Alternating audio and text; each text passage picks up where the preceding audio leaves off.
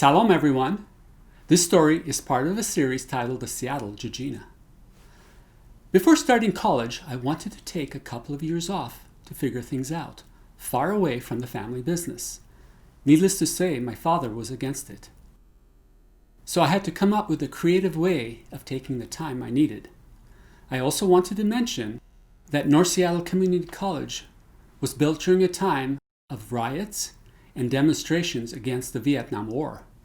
So Northgate State, as we called it, was built primarily out of concrete, had hardly any windows, and 3 towers across campus, where the National Guard could be called in if needed.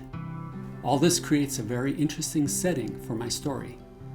Welcome to Storytime with Kumars. My name is Kayo Jijina, and this is my story titled The Friends of French Fries Club. I hope you enjoy it. Shut up! If you don't want to go to college, you can just go to hell. You will not get a job or buy a car until I say so. Do you understand that? By September of 1978, I found myself enrolled at North Seattle Community College in the Associate of Arts program. With a AA, I could transfer into a 4-year college, assuming I had the grade point. And the tuition was a quarter to a third of what the University of Washington charged. Back then, we were paying $86 a quarter for full-time tuition plus books. This was the post-Vietnam War era, and the state colleges were geared towards supporting large numbers of military veterans on the GI Bill. North Seattle offered 2-year trade programs, which I would eventually use as stepping stones as I figured out what direction I was to go in. It did not take me long to learn I was not prepared for college. What I thought were slam dunk courses ate me alive. It didn't help that my motivation was simply not there.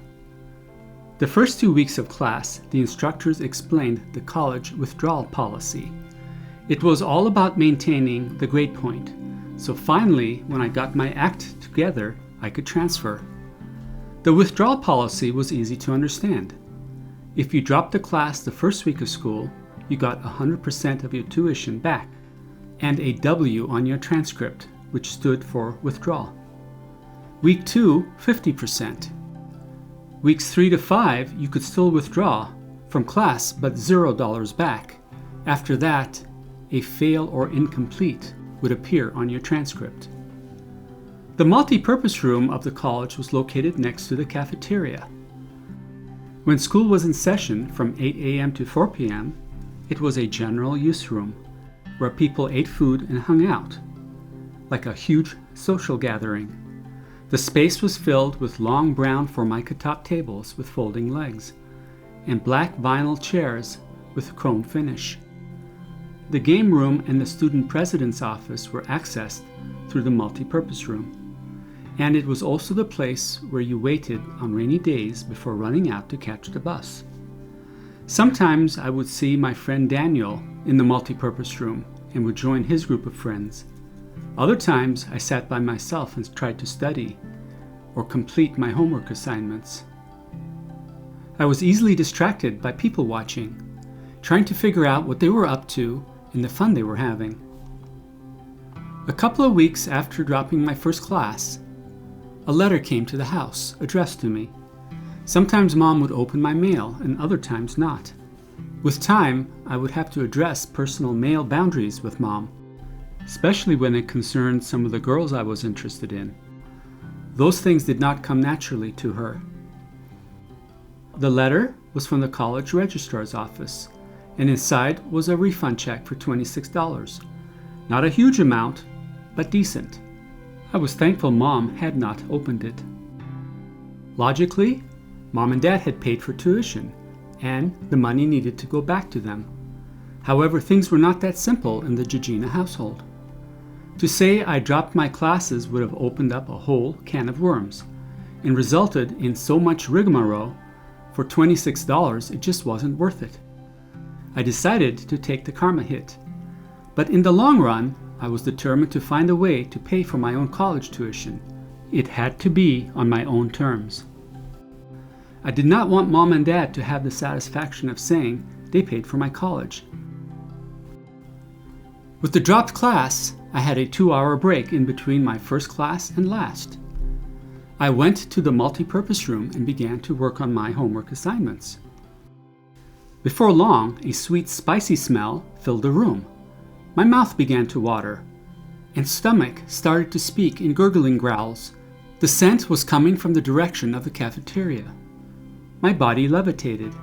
I could not control my feet as they carried me through a set of double doors. The Wonder Bread and ham Velveeta sandwich, which I had prepared for lunch, did not stand a chance. Magically, I appeared in front of the fry station. I saw a pile of freshly cut and seasoned golden brown potatoes sitting on a rack next to the fryer. The school had a culinary program, and the cook was dressed in white, complete, with chef's hat and a smile. "Did the French fry genie bring you in here?" asked the man behind the counter. "You're not the first one to react in this way. The magic is in the seasoning. It's our own blend of secret spices. Care to try one?" "Why, yes, thank you," I said. Mixed among the technical programs, the college offered a culinary program and had a specific area designated for formal dining. With his gloved hand, he handed me a fresh slice right out of the fry basket. I examined it and took a bite, careful not to burn my mouth. The flavors took a hold of me. I was under its spell. One was not enough. I needed more. Being as these were French fries, the chef's name was Pierre. He grabbed a white paper bag, filled it full of golden brown fries until the bag was bursting at the seams, and placed them on a red plastic tray before handing them to me. I paid the cashier, stopped at the condiment stand, grabbed a handful of Heinz ketchup in individually wrapped foil packages, and made my way back to the multipurpose room, sat down, and began to eat the fries one by one out of the bag. For someone who habitually inhaled his food, each fry felt like a spiritual experience, to be savored with great ceremony. When out of nowhere there came a shout, "French fry alert, 9 o'clock!" I lifted my head and looked around. As a gang of 3, I had seen them hanging out in the room, descended onto my tray. "You don't mind, do you?" As the first reached over, grabbed the bag, and dumped the French fries all over the tray.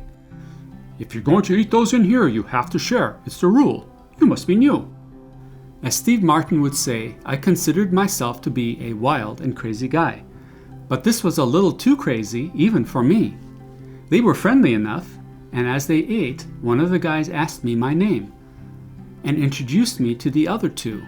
"Hello, everyone. This is Kayo. Kayo, this is everyone." "Hi, everyone." Everyone said hi. I waved back, realizing it was best to just go along. In a matter of minutes, the tray was cleared, and my newfound friends returned to where they were sitting. The next day, I decided to try it again and purchased another bag of French fries.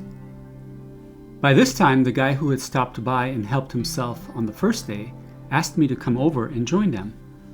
The group had grown from 3 to 7.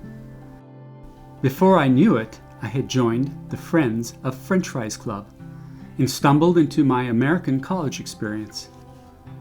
And the group continued to grow from 7 to 15 and up. In many ways, this was perfect for me. We hung out in the mornings, went to our classes, and hung out again. By 1 or 2 o'clock, the group dissipated, and I went home to help Dad with the family construction business. Sometimes I walked the 2.5 miles to and from college to save the 40 cents Mom gave me for bus fare so I could use the money to buy French fries. The Friends of French Fries were an open, accepting, and lighthearted group. I could hang out with them anytime I felt like it. We talked, laughed, and shared stories, and even had mini adventures. I began to feel comfortable in my new home.